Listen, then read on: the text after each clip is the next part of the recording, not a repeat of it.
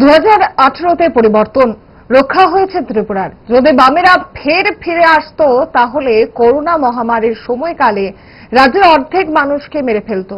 মা কালী মূর্তিকে সাক্ষী রেখে কি বলছেন সাংসদ বিপ্লব কুমার দেব, শুনুন। 10-15 বছর ক্ষমতা ছিল, যারা অত্যাচার করেছে তার নিউটনের তৃতীয় সূত্র, আর প্রত্যেকে বেশি করেছে, আর তার পরিণামস্বরূপ 25 বছর টানা কমিউনিস্টের সরকার এখানে চলছে, যেটা ত্রিপুরাতে দরকারই ছিল।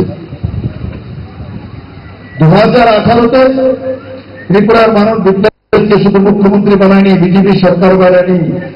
2018-তে আমি আজকে বলি কালীমার সামনে, আমি দুনিয়া ঘুরি, ত্রিপুরার মানুষ জীবনে বেঁচে গেছে। যদি কমিউনিস্ট এই রাজ্য থাকতো, আপনাদের কত দুর্দশা হতো আপনাদের আইডিয়া নেই।